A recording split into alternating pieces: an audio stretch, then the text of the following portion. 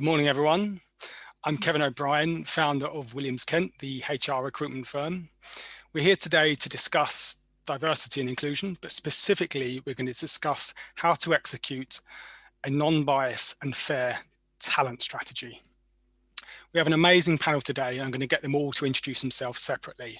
But before they do, I just want to talk about how we landed on the subject matter for today. We're talking about talent strategy, which specifically is talent acquisition and talent development. Our previous webinars were quite emotive. They were earlier in the year, and we talked a lot about how people feel about racial equality and diversity and inclusion in the workplace. We learned about racial trauma in the workplace. We learned about how white people felt about owning terms such as privilege. And we learned how people feel about policies and procedure when it comes to important things like diversity and inclusion. Today, we're going to dial it back slightly, and we're going to focus on development and acquisition within the organizations and HR's role in that. So before we get into that, I'd like each of the panelists just to give us a bit of an overview as to who they are and what they do. If I could go to Catherine first, please. Hi everyone, I'm Catherine Boyd-Maunsell. I'm head of HR at PSE, which is a chemical engineering software company. We've recently been acquired by Siemens, so I've been working particularly in the last year on a very big talent acquisition strategy. Excellent, thank you. And Michelle? Yes, Michelle Willacy. I have a background in marketing. I worked within HR 7 years and 5 years specializing in EDI, predominantly within retail, textiles, and beauty industries, just working on developing and implementing innovative strategies to attract, engage, and recruit diverse talent. Excellent, thank you.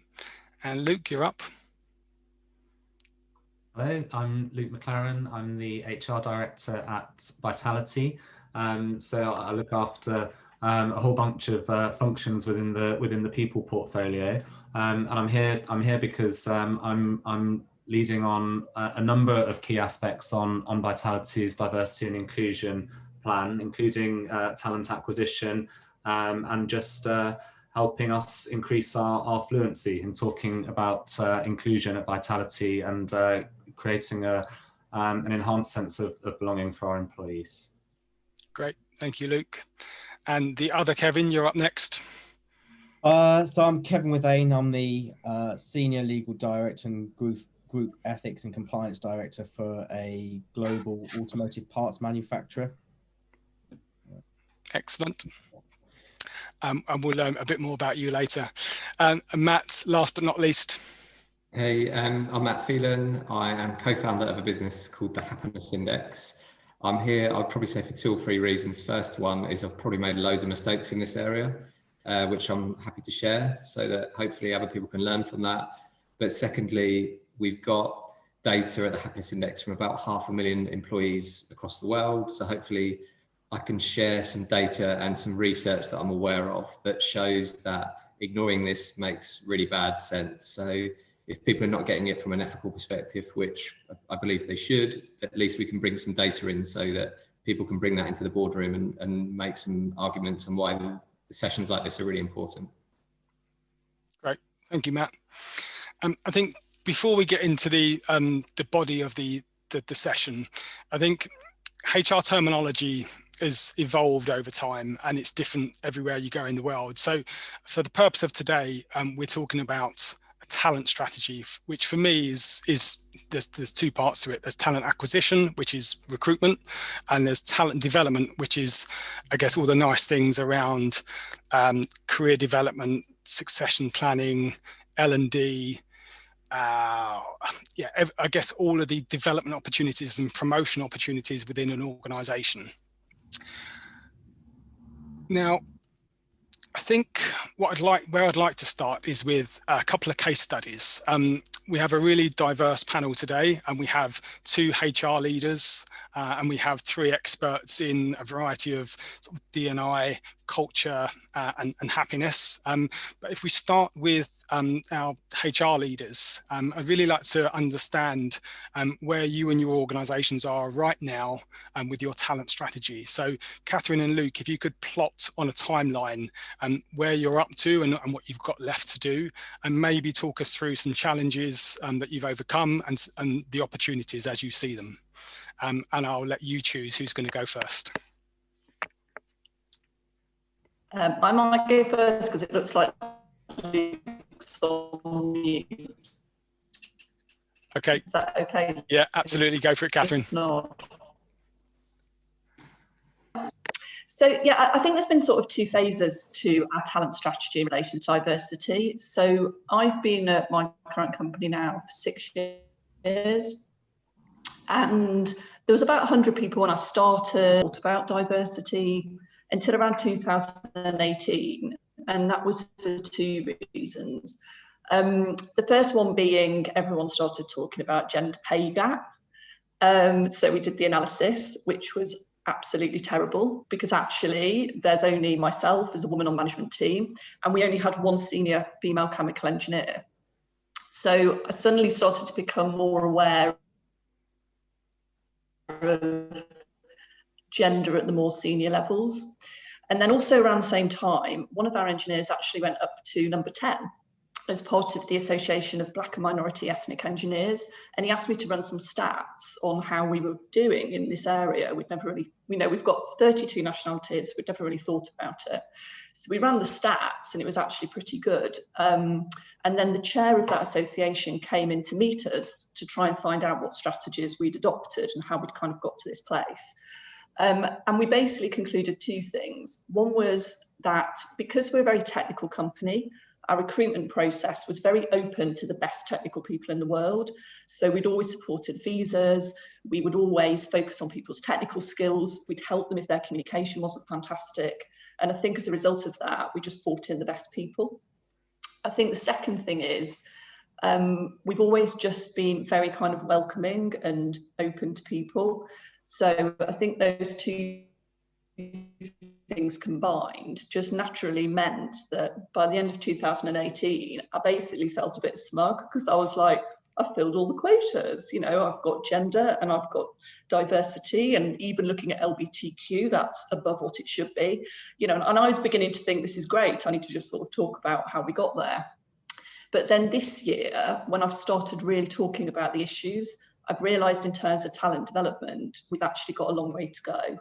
Because while I might have fulfilled it at the very junior levels and everyone we've brought, we've hired 100 people in the last year.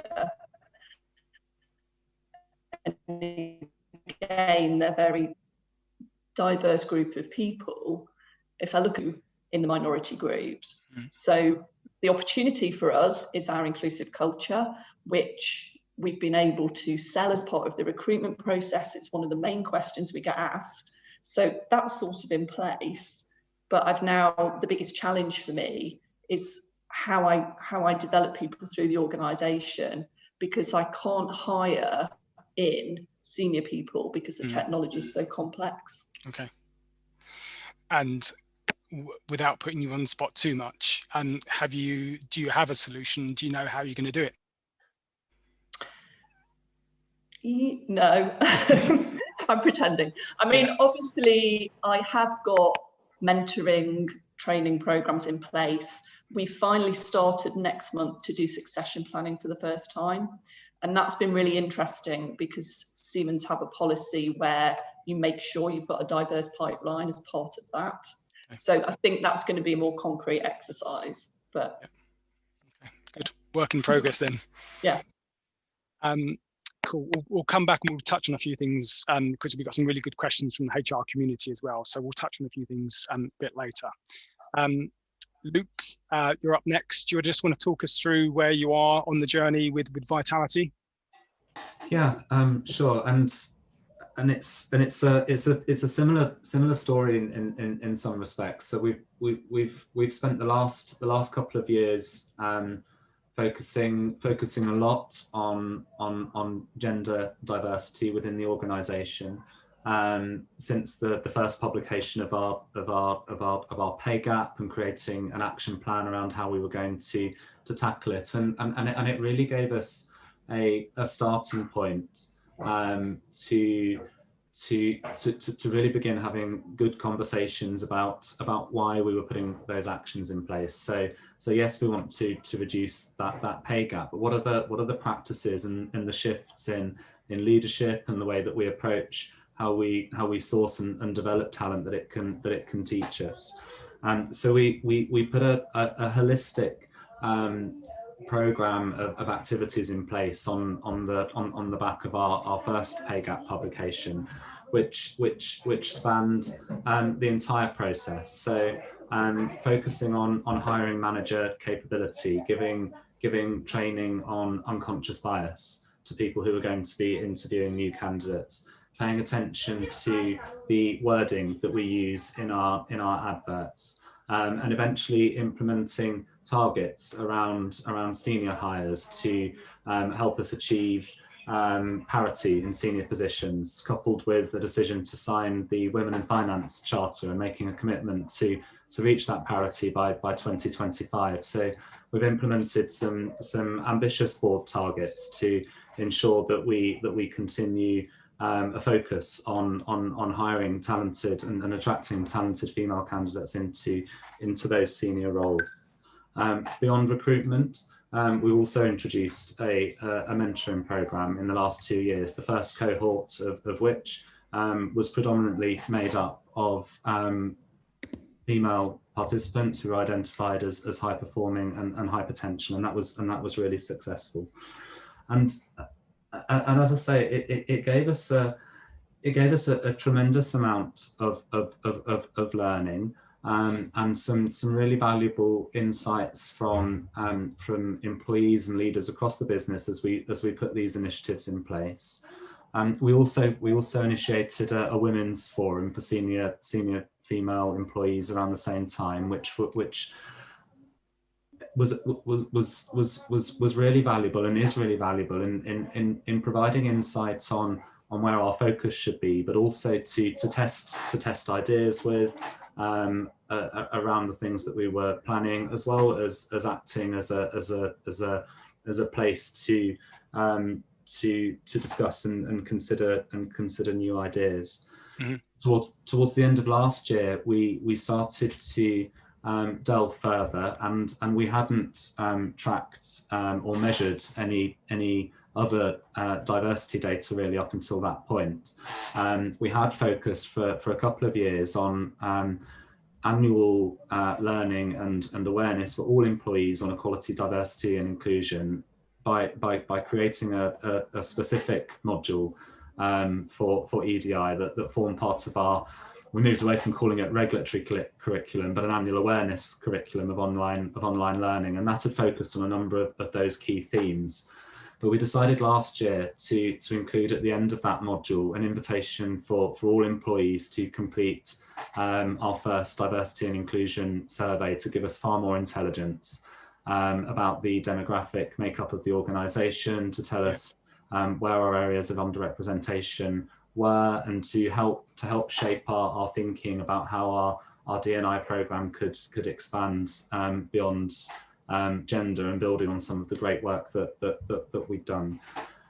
So that was immensely valuable. As I say, we ran that towards the end of 2019. We all know what happened at the start of this year, with the shift to home working and really everything turning on its head. Yeah. And then the conversation about race and ethnicity really coming to the forefront of people's minds during the summer, and it's given us an opportunity to reflect and refocus, and we've put a number of initiatives in place in the last few months, continued to learn, and as I was saying at the start of the meeting, just really helped us to focus our minds on what we need to do to create a deeper sense of belonging for everybody who works at Vitality, and to translate that into a mechanism for attracting people to the organisation and then retaining them too. So I smiled when you said sort of a journey and the sort of linear aspect of it, because it doesn't really feel linear. It feels like something that we just keep building on and adding to. Yeah, and I think that's it. The next question is around recruitment and how to get D&I right when it comes to recruitment. And I think it's a bit like a chicken and egg situation. And I know one or two of the panelists might disagree with me here, but I almost think there's no point, and coming from a recruiter, this sounds really weird, but no point in spending loads of time and money and energy getting a recruitment strategy right around D&I if the culture is substandard. And that's what I'm really interested to get the rest of the panel's opinion on, as well as yours and Catherine's, is do you have to get the culture right first before you spend all the time and energy on your talent acquisition, or can you do it side by side? So yeah, I'll open that up to the panel. What comes first, the chicken or the egg? I think on this, Kevin, I love the question, but I don't think it's something that we should choose. I think we can start acting and working in both areas. One might come before the other, but just going to what I know on the data side, which is, if you want to financially perform the best you can as a business, it's going to come from your culture. And a thriving culture has all those things in there, like a diverse talent pool. So I think you need to start now on both. One may take longer than the other, but the platform, and I'm just going into neuroscience, the platform for success is going to come from the thriving culture, but you can start now on both.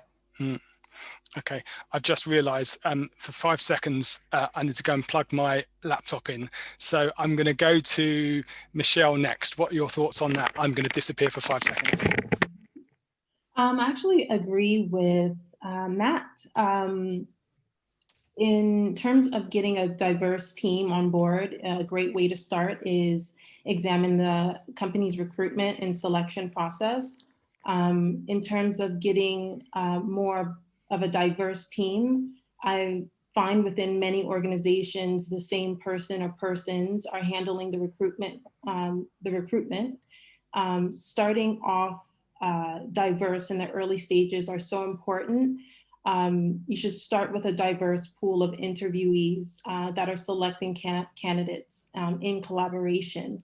That way you can naturally choose someone that's unique and diverse to be added to the table.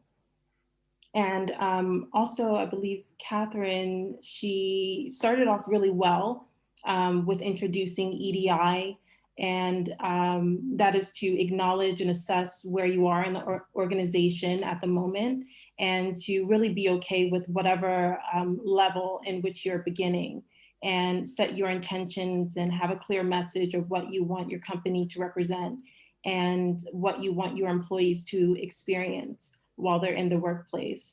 And also, Luke, he mentioned something really significant as well, and that is paying attention to what type of ads your company is putting out. I find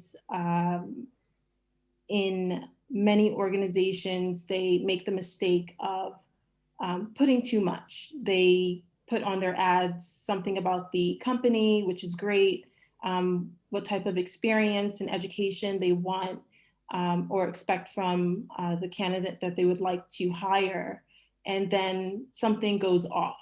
I find in a lot of job ads, they have, oh, we want someone that has 7 years experience within the medical field, or we want someone that's interested in sports. We prefer someone that's interested in sports, or prefer someone that can come into the room and take over, command command a stage and be bubbly, it's saying too much. And you're excluding so many people while doing that. And it's actually quite biased. And you'll be really surprised on how many more people that are willing to apply to whatever job that you're advertising just by taking that out. Yeah. Quite a controversial question. If you over-engineer the adverts, can they become quite bland? No, I'm an advocate for keeping it bottom line. Mm-hmm. What's your company about? What type of experience and education that you're looking for within your next candidate? And what are the benefits to get them excited? Keep it very simple. And then the next stage is the interview. Okay. I never forget, it's probably 2006 when I was recruiting for IT people. I was told that I couldn't advertise, we couldn't be looking for someone with an agile approach to work because people of a certain age aren't agile. And yeah, is that, I now, when I'm writing adverts now, you have to think about all of those things. But so you think as long as the language and the tone is correct, you can still make the advert jump off the page and be exciting? Yeah, absolutely. I mean, if someone's really excited to work for your company, they will apply, and they'll apply being their authentic self. Yeah. When you put too much, you put people in a position where they feel like they have to be inauthentic to themselves to be successful, to get the job. Yeah. So yeah, I would leave that off. It really turns people off, and it's just too much. It's being biased within your ad. Kevin, I'm going to come to you next. I know you're passionate about building culture in organisations, and you're also a legal professional. So what's your view on that particular point? Yeah, I sort of come from it as, I do agree they should be working tandem. Actually, I look at it as a sort of circular effect. You can build, to get diversity in the organisation, quite frankly, is really easy. Just go and hire the people. Go and find the white person, the brown person, the black person. Go and find the women, go and find people from different categories. Whatever way you want to shape it or dice it or cut it, you can do that. But it's just to go into Catherine's point, we were talking about, you've done all of that and you're getting them into the organization, but now it's like, how do you develop them? How do you keep them? And how do you build them so that you're not continue going outside to build that diversity? It's coming through in the organization. And from that side, that's where the culture plays a big part. And I think, you know, we're starting to look at, like, you know, Matt, when we worked on, you know, what the happiness index is doing with the equality and speaking up about it. You know, one of the things that we were talked about was when you do these engagement surveys, you know, some of the certain groups are minority within organizations. So, you know, when you ask the organization what's our engagement, it comes out pretty well, and you do pretty well on diversity scores because, well, your majority of people don't see an issue with it. So you're not really amplifying the voice of that minority who are not getting heard. And ultimately that's part of your culture, right? You're going with the majority and, oh, we're doing all right. We're doing all right. Like, I don't think we need to do anything more, you know, we just need to work on the talent development. But actually it's your culture that's still putting an issue, because what's become norm is, or we exclude certain groups, or, you know, even the gender pay gap, you know, women asked to leave work, whereas men will just walk out and say, I'm going to go and take my kid to football. But you will have a woman who will say, look, boss, do you mind if I leave 20 minutes early to take my child for a doctor's appointment? And that becomes the norm. You see it everywhere. It's just normal that's the way it operates. And actually that's culture, because that feeds in.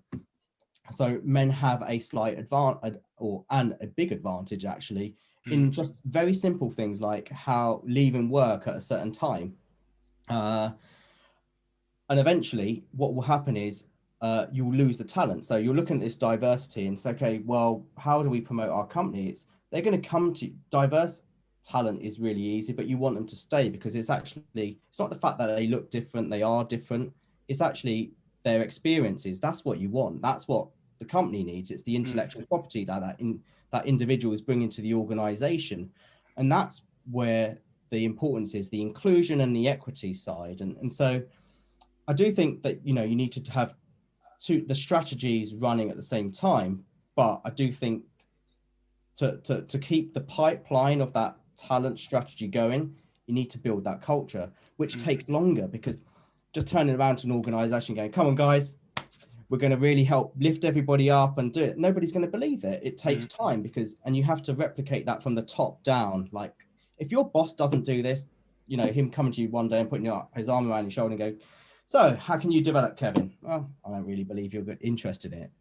You have to it takes time to build that trust and that safety for people to share what they're feeling and thinking. Yeah. Okay, now that makes sense. And what about talent development then? So let's say that they are running side by side. Talent development, in my head, it's sort of a David versus Goliath situation, where David is the underrepresented groups looking to climb up the org chart, and Goliath is the deep-rooted systematic racism, sexism, or general discrimination against all underrepresented groups. Can David win this fight? And if he can, how? That's a tough one. Can he win this fight? It's really for Goliath to give him that helping hand, and it's a big hand he's got there, so he needs to really do that. But I don't think it's a fight. I think it's, everybody's scrambling to move up. But in terms of talent development, that's about inclusion. So, if you take the whole diversity, equity, inclusion out of it and just go to basic leadership skills, is our talent development program fit for purpose for anybody coming into this organization? Are we appropriately identifying talent? How are we developing it now? Like, you have to consider, do we need to make any changes in that? Or is it an issue of, whilst we have this sort of process, we're not really enforcing it at all levels of the organization? For instance, at the top level, yes, we'll have some women on the top level, but, is there a development plan below that to get it? Are people coming through the organization, or are you recruiting externally and dropping in people? Because that reflects your talent development, right? If you're not having this talent coming through and you're not promoting people, giving people the opportunities, then it doesn't really matter. It's not a color issue or gender issue or LGBTQ issue. It's an issue with your own internal talent development, and that comes down to leadership. Ultimately, that's a leadership issue. So I think my question would be, in terms of developing talent, is start with, what are we doing right now? It doesn't really matter. Or pick, how would I develop a 30-year-old white guy to become a potential C-suite executive in 10 years time? Like, what's his path? Because that path should be exactly the same. Now, bearing in mind that the equality or the equity side is individualizing it for everybody. So everybody has a tailored learning or development plan. I think Kevin, I sort of think also on some of this stuff, when you get to like Catherine's point that she was talking about, where you're doing this at scale, sometimes there's data, like you said, it's like Kevin Withane said, it's easier to like recruit different types of people to get diversity numbers, but to make people feel welcome and belong is really difficult, because there isn't always data on how you feel, which is what Kevin and Withane and I worked on. But to share a story of a mistake that I made in this area is that my first business was in the media and marketing world. And we had what everyone said was a great culture, but it was a very young culture, and it was a very big drinking culture in it. So one good thing that we did well is one of our first senior developers was female. So we became reverse to the rest of the industry, where we had 70% female when it was the other way around. But one thing I realized moving on is, because we were, was like 25, 26 years old at the time, we had this massive party scene. But if you were, for religious reasons, you didn't drink, you might join our company. And this is only a bit of research I found out recently. So one of the things that helps people thrive is relationships at work. But relationships at work are only positive if they don't exclude other people. So we were basically accidentally building a monoculture where if you were part of that drinking culture, you were meeting senior people regularly down the pub and all this kind of stuff. But if you were for a Muslim, as an example, who didn't drink for religious reasons, you may have joined and come in, but you're missing out on those opportunities and development that happen in the soft way. And I'm not saying that having people meeting down the pub is wrong or right, but you are excluding certain people from opportunities. Yeah. So I think trying to get data as you get bigger, in like Catherine's example, was really important. Yeah, and it's interesting. Sorry. No, go on, Catherine.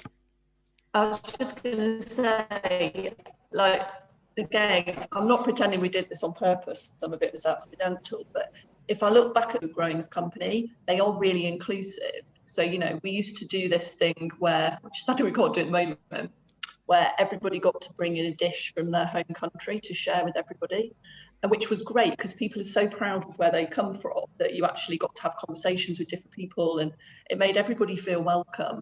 And in fact, all of our kind of summer socials are very family based. So we've always invited people's partners, children, people can bring like a significant other, and it just means you really get to know them as people. So I think that point about the sort of drinking culture, which I've had in other organisations, is really important. So you don't end up with, you know, you have to go to the pub to get on. There's other ways of meeting all sorts of different people that you're kind of putting on a regular basis. Yeah, and I think the family culture that you touch on there is really important. And I mean, I work in a small organisation, but I've seen it in the last year or so when I've had a child, and I used to be part of that drinking culture, but now I'm not. Now I'm a dad that goes home at 9 o'clock on a Friday evening when they all go on and go out. But because I've embraced, I brought my daughter into work, and the guys in the office have seen and are sort of part of my new world. They don't hold, and these are my staff. They don't hold it against me when I disappear at 10 o'clock on a Friday night, because they get it and they understand and they know what my life looks like now. So I think if there is that openness in the organisation, whether it's about gender or religion, it can only be a good thing, right? Yeah, I think you're spot on there. And, you know, I say, Matt, I've benefited, to be fair. I've benefited a lot in my career, probably, through that, having that drinking culture and going out. And, but now I'm more woke to the issues around that. And I'll give you an example of actually a big mistake. And this was only probably just a few years ago. So I've hired a brilliant lawyer to support me in the US. But, you know, I used to go out with some of the guys from the office for whiskey. We'd go to like the bar across the road to go and have some whiskey after once every couple of weeks. So, and I never invited my colleague. And then when my wife talked to me, she's like, why don't you invite Melissa? And I was like, well, because, you know, this is just hanging out with just some of the work. It's like not a work thing. It's just, you know, these are my only friends actually in the US. So I didn't really think about it. And then I did. And I was like, hold on, I'm just excluding her. And, you know, we do talk about work stuff and, you know, opportunities in that setting. And why haven't I did it? Why didn't I do it? And it's only when I went to this, I was at this legal conference, and there was a breakout session, and I could choose which to go to. Should I go and learn about technology? Or there was this women in law and power desk. So I just went over there, and they were like, you know, this is for women. I was like, yeah, but, you know, it'd be useful for me to understand some of the issues. I have like 2 women reporting into me. Maybe I'm making some mistakes that you guys can shed the light on that I don't even see. And then so I said this, and they said, yeah, you should. What you're doing is, although it's not intentional because your colleague is a woman, you're still excluding her. Therefore, you're reinforcing a culture of exclusion, which is becoming a normal thing in your organization. And imagine if that starts flowing through into work, like certain people were excluded from meetings, which quite frankly they should be part of, just because on the basis of their gender or their color. So, you know, maybe you want to think about it. And now we have drinks, Zoom drinks every Friday. So, you know, but it did take, sometimes it was, I didn't even know I was making a mistake there, or I was being exclusive or excluding. Yeah, no, absolutely.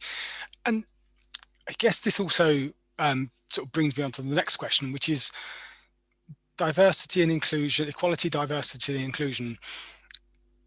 Where should it sit within an organization? It often gets put into HR, and maybe I'll come to Catherine, Michelle and Luke on this. Should it be with HR, or should it be somewhere else? I think it should be somewhere else. I worked within HR, and I did see many gaps that needed to be filled. And it wasn't until I got out of the HR sector I was able to implement that. I think EDI, it shouldn't just be a HR program, but have something of its own. But with that being said, we do have to work very closely with HR, somewhat side by side, to ensure that all of the EDI initiatives are successful in every department. But it definitely should be its own separate entity. So HR is the key partner to the ED&I. I think it is the key partner. It's something that helps drive EDI initiatives. Yeah. It's interesting. It's interesting, Kevin, because I think the answer to that question relates back to a lot of the themes that we've heard from the other two, because if we're saying where does an EDI program sit, are we talking about the responsibility for increasing diversity or building inclusion, or project managing a program of activity, or who is responsible for making a place to work a more inclusive one? And I think if it's that last question, then it's everyone's. And I don't think that's just something that an HR team should or can do solely. And it comes back to that point that Kevin was making around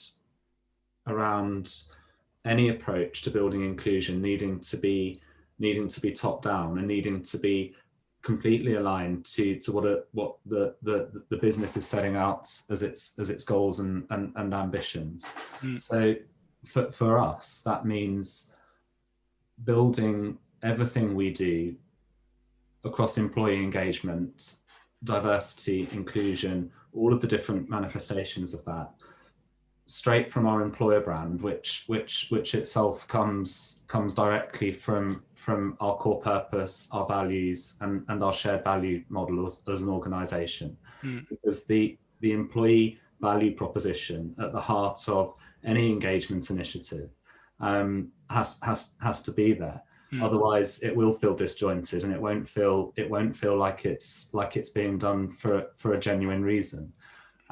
So for that, then, an HR or a people function, I think, is probably very well placed to be an active contributor and driver and champion for that, because typically those are the functions, rightly or wrongly, that are helping to nurture a culture and to enable leaders to nurture and build on a culture within their own business areas. But that doesn't mean then that the people function is solely responsible, and that's where your involvement from people across the business comes into play.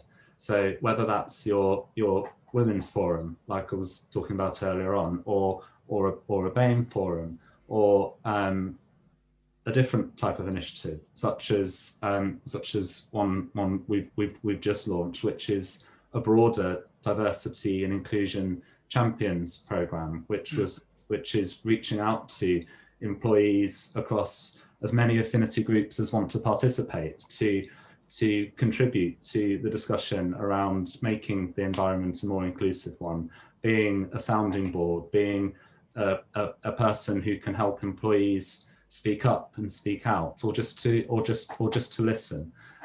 So I've gone on a little bit, so I'll stop talking now. But I think the responsibility is everybody's, and across an organisation, everybody has a key role to play, and the people functions one is an important one. Yeah, I think just to counter that, in the build up to these types of sessions, I talk to a lot of people and a lot of HR people about their challenges, and I think the ongoing challenge or theme is, when I speak to HR people, is that they're completely on board, but it's hard for everyone to be responsible for anything, because if everyone's responsible for it, then no one's taking ownership of it. So I think, for my personal opinion, is either if HR has a serious seat at the table where they are one of the executive team, their chief HR officer or HR director with a seat at the table, then it could be HR as the senior leader who's driving it. But if HR don't have a seat at the table or aren't seen to be at that level, then it probably shouldn't be with HR. Them not being at the table is a different question altogether, but then it should absolutely be with one of the C-suite, and it should be that person driving it and everyone else helping to drive it.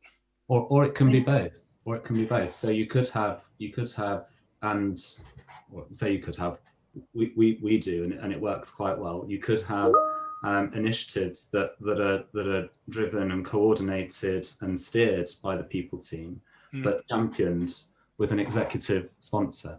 So our CEO is the responsible executive for both Women in Finance Charter and the Race at Work Charter. Okay. And both of those forums that I mentioned have an executive sponsor who isn't in HR, Great. who sit on them as well. They're convened by the people team and coordinated by, but there's definitely a strong business steer, and I think just another enabler then in helping these initiatives to land and make a real difference is having a real clear understanding and buy-in, as was mentioned earlier on, from the business senior leadership team on what their stance is. So whether that's a zero tolerance approach to any form of discrimination, or whether it's an absolute commitment to advertising vacancies in all situations, or whatever those commitments might be, but strong messaging from the leadership team enables then the progress and the success of some of those initiatives to unfold. Yeah, I mean, I was going to say, I think unless your MD or CEO sees this as a critical issue for this, you are just going to get stuck, and it's going to get stuck in HR and be a sort of box ticking exercise. Because, you know, people still do take the lead from that person, and therefore they've got to feel that it's important in order to be, as Luke was saying, it being a sort of shared thing for everybody. Yeah, I agree with that point. Sorry, Kev. No, you go. So, yeah, I think it has to come from the highest body within an organisation. So some companies don't have a board, then it will be like the CEO or MD.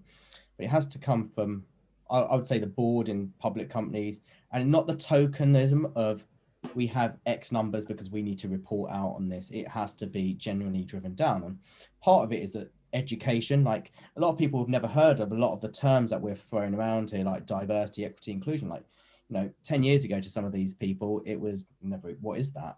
You know, and now, you know, there's all these other ones now, like judgment, and got the gender pay gap, you've got diversity spend. There's all of these terms, which is, you know, to be honest, you've been an executive for 30 years, then you make it onto a board and you're doing like your 4 days a month or whatever, and all of a sudden you're being told, well done, unconscious bias. I've got unconscious bias, and you're like, what is this? Like, I'm not biased. How would I have got to this level if I'd been biased? Yeah. And it's partly you know, people talk about training, and they use that for a lot of development. I'd flip that around, because nobody ever remembers a training course ever. You never remember your training courses, but you do remember education. You remember things from school. You remember things from university, and that's what this is. And because education is much deeper, it goes right to the heart of some of the issues and topics. And I think that's what it needs. But it has to start at that board level, and they have to be engaged. Like, there's only going to be so much they're going to want to do.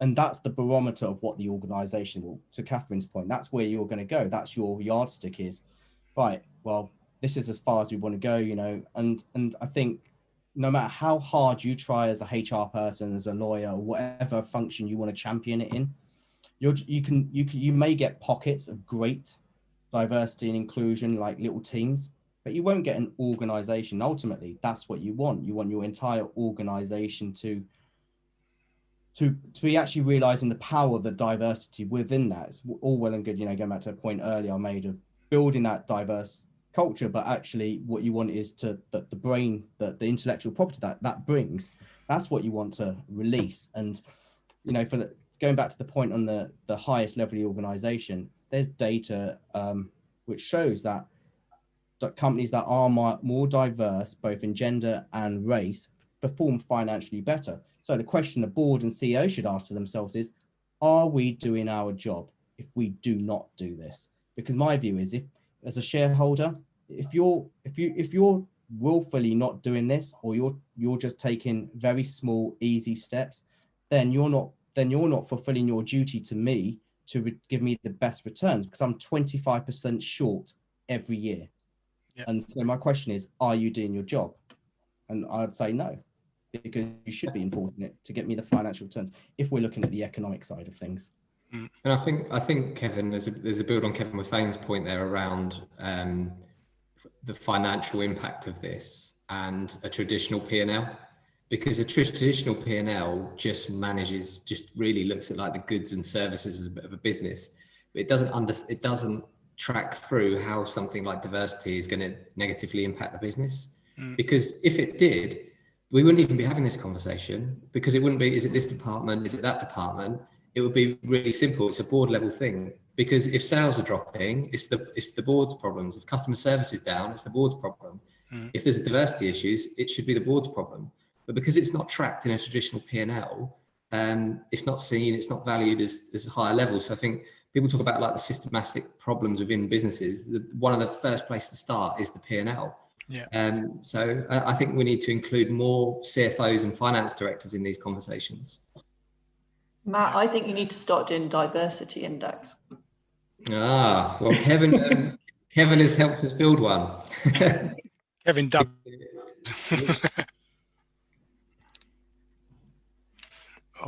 It looks like Matt might have frozen there. Hopefully that means he's not going to drop out. I can still hear you. I don't know if it's just my camera, but yeah, we have built one. Good stuff. The only counter I would say, Kevin, is I don't remember anything from school. For me, you touched on it, but leadership is where I've learned everything. So it goes back to your earlier point. Leadership is absolutely everything. I don't remember anything from training courses or school, but I do remember good leaders, and I think that shapes individuals, and I think that shapes professionals, and I think that shapes talent. So I think it's a bit of both. So we've got loads of questions from the HR community, which I want to try and answer a few of them in the session. And I think one of them we touched on, but I'll read it out. How do you engage with senior people in the workplace who feel that they have this area covered, or the fuss is about? We have been complying with equality and diversity since at least the 2010 Act, and we have BAME appointees and female managers within the organisation. So how do you engage with those senior leaders that don't get it?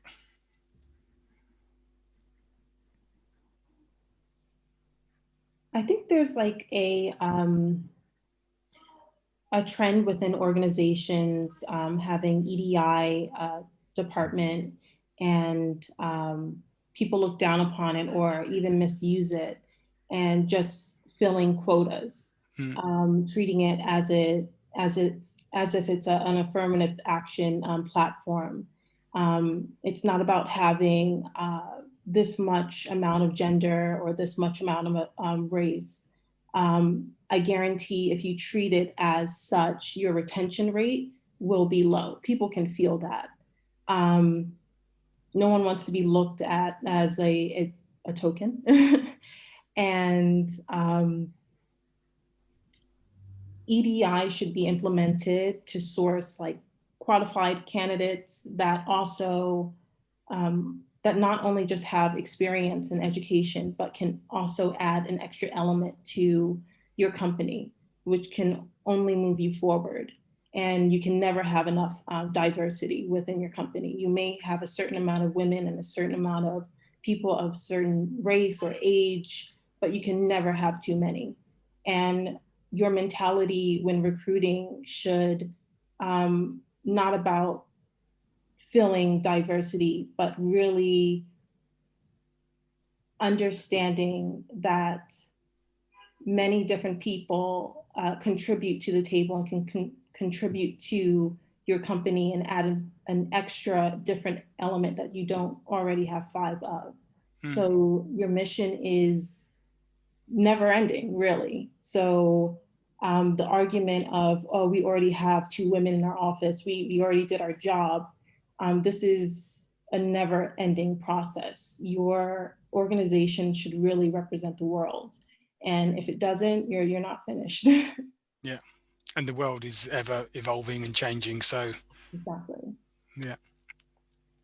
And the thing is, boards love evidence. Sorry, I'm an ex-researcher, so I'm obsessed about evidence. And if the quant data is sort of showing you're there, then get the qualitative data, get people's experience. You've got to put something in front of them that's really going to hit home for them that they're not there yet.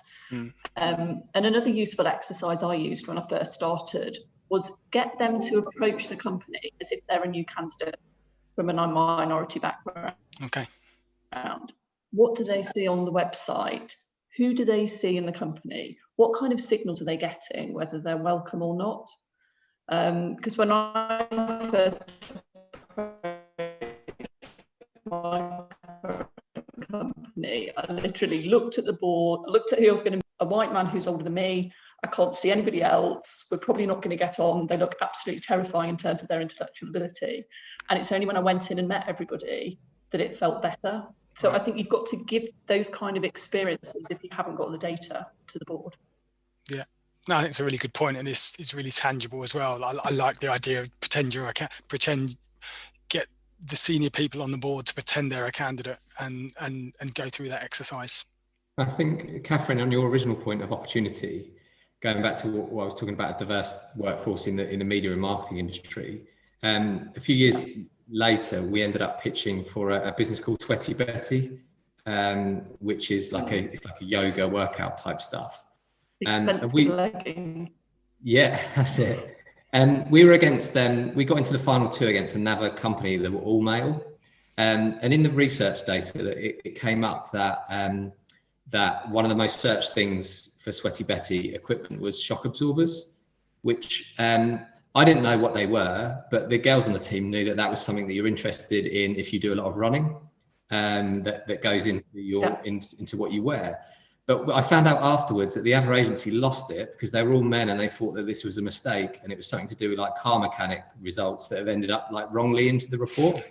So the only reason I bring this up is it flows through right into the outcomes of the business. And I know that's like it's just a small story, but it by being more diverse, that allowed us to effectively pitch and sell and so on. So I think it's really important to capture, like you say, the stories behind all this stuff, the mistakes like Kevin and I have shared, but also the stuff that went well because you had a more diverse workforce.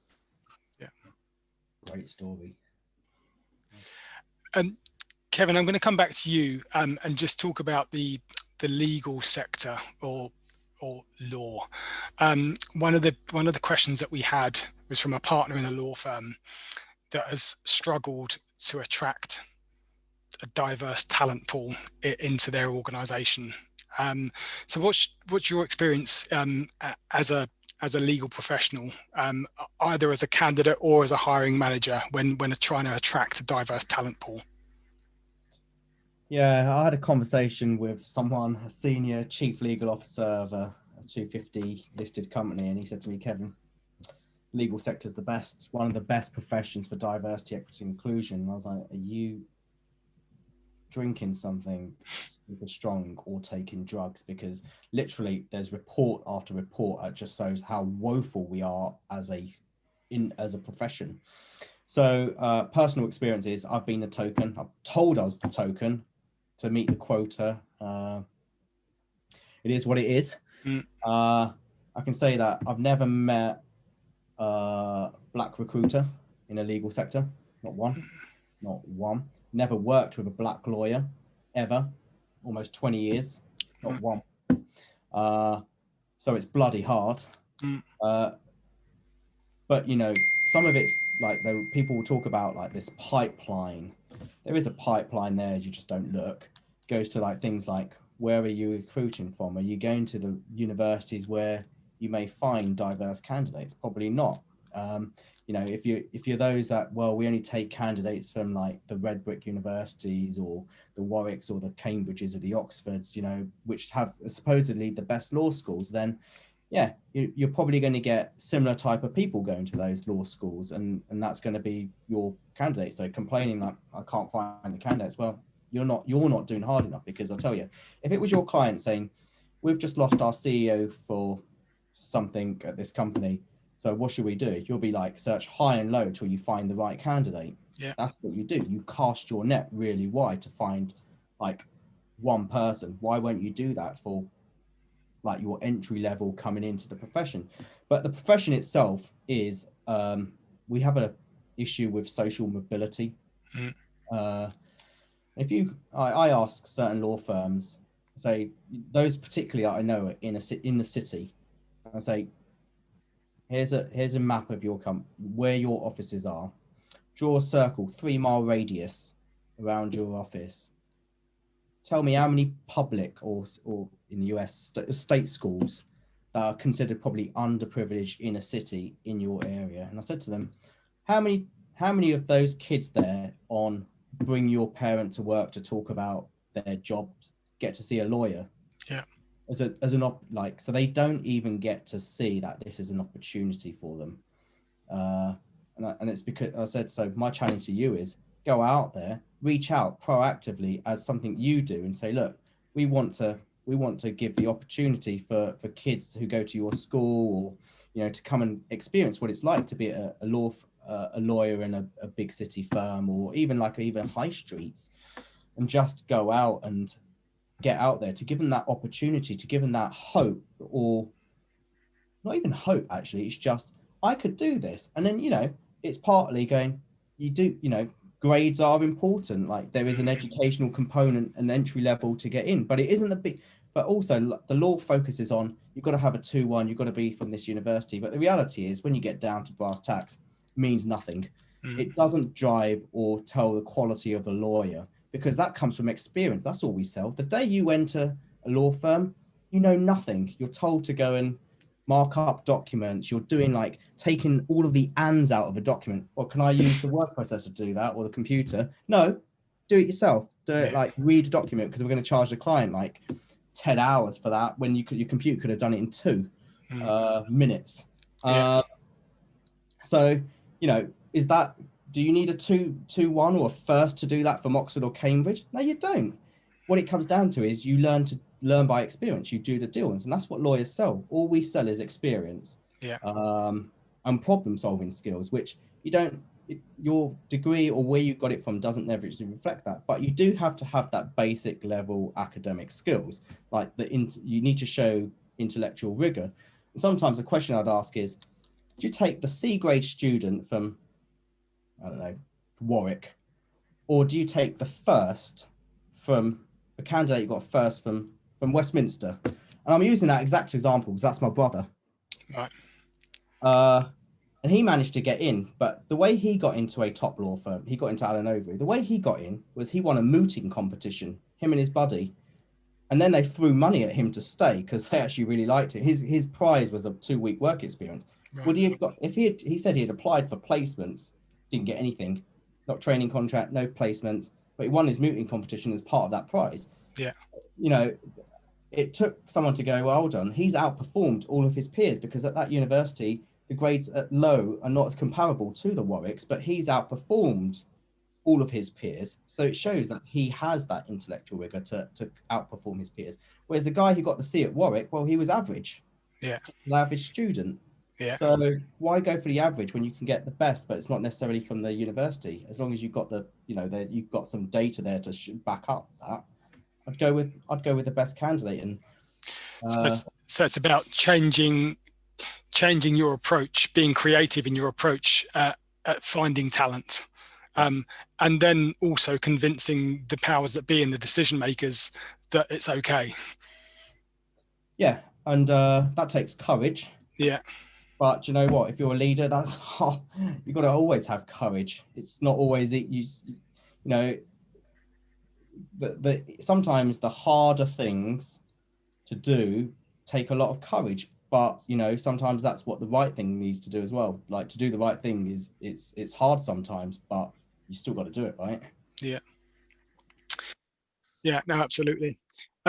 So one of the other questions that we had was around evidence.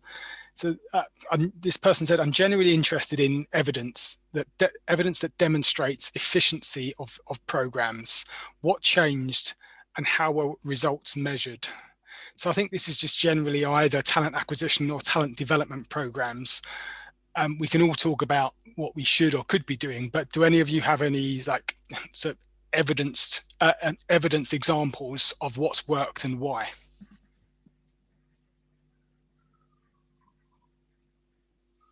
I think one evidence is, for an example, do you mean like just getting talent in the board, or evidence of success within an organization? I think success within an organization. Well, it's been proven people that have more of a diverse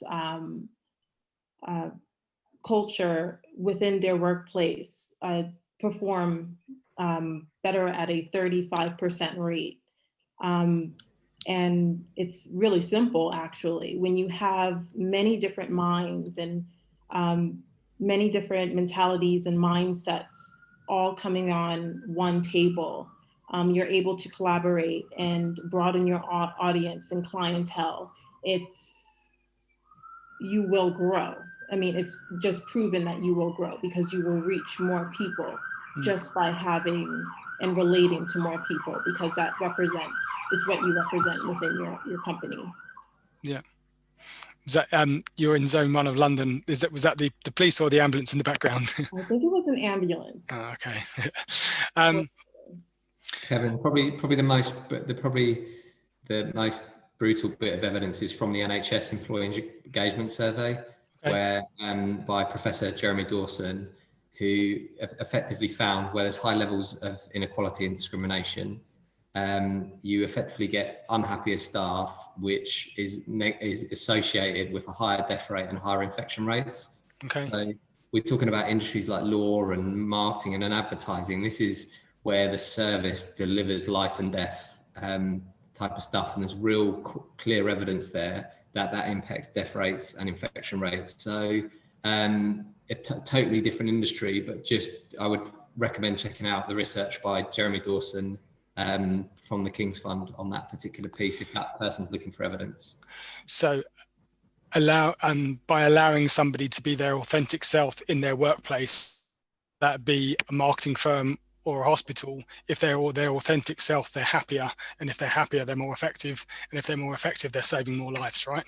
Yeah, effectively, you're expending a lot of energy trying to be someone else. If you turn up somewhere and you don't look like everyone else, and you're spending a lot of time pretending to be like the people that you don't look like, then it's going to negatively impact your performance. And we like to think, don't we, like nurses and doctors, that they would always do a good job because they're purpose driven. But guess what? They're human beings like the rest of us. So if they're not, again, it goes back to what unless they're in a culture where they have a platform to perform, they won't be able to, which is why just getting people through the front door is only part one of this whole conundrum that we're talking about.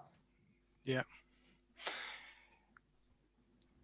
The next question that we had, it's in two parts, and I'm going to read it word for word. The question was, why isn't it possible to execute a non-biased and diverse talent strategy? And then the person goes on to say, if this is too provocative, I would ask, what measures are companies implementing to ensure that talent conquers bias? I think Go on. I'm sorry. In order to tackle bias, education is key.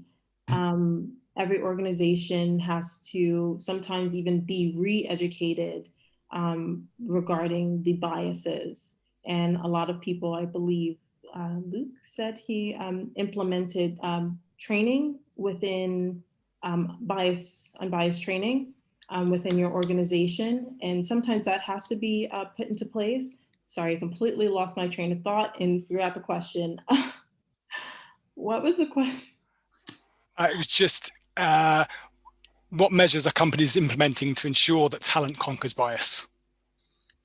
Oh, yes. Oh, yeah. So education. Yeah. So I think when organizations understand not only the moral part of adding diversity, but how it can really help them in the long run. When you're hiring the same person over and over again, you'll get the same results. But of course, every company wants to be successful and move forward and grow. And the only way that you're going to be able to do that is having many different people come to the table with something different. Yeah, I think that's it, isn't it? Let's move on from having vanilla organizations that all look the same. Let's move on from mediocrity. Let's just try and overachieve rather than just achieve. And the best way to do that is by having a diverse workforce, diversity of mind and thoughts. And I think these webinars are important because it gets everyone thinking, both the hosts, the panelists, and hopefully the attendees as well. I'm really pleased because I think everyone will have some really some really good ideas and some actions that they can take away from this as well. From my perspective, like, I'm a recruiter, so it's always interesting to hear how recruitment can be done better. And I recruit into the HR space and the talent space. So it's great to hear your opinions as to how my clients and customers and community can do things better as well. So yeah, I'm really grateful for you guys for taking the time out today to share your ideas. We're going to carry on the conversation. We're going to have some smaller sort of breakout sessions where hopefully we can get one or two of the panel members on those breakout sessions, so the community can ask direct questions about their challenges right now. So yeah, thank you everyone for coming. It's been really great, and I look forward to seeing you all soon. Thank you, Kevin. Thank you all. Thank you. Thanks, Kevin. Cheers. Thank you.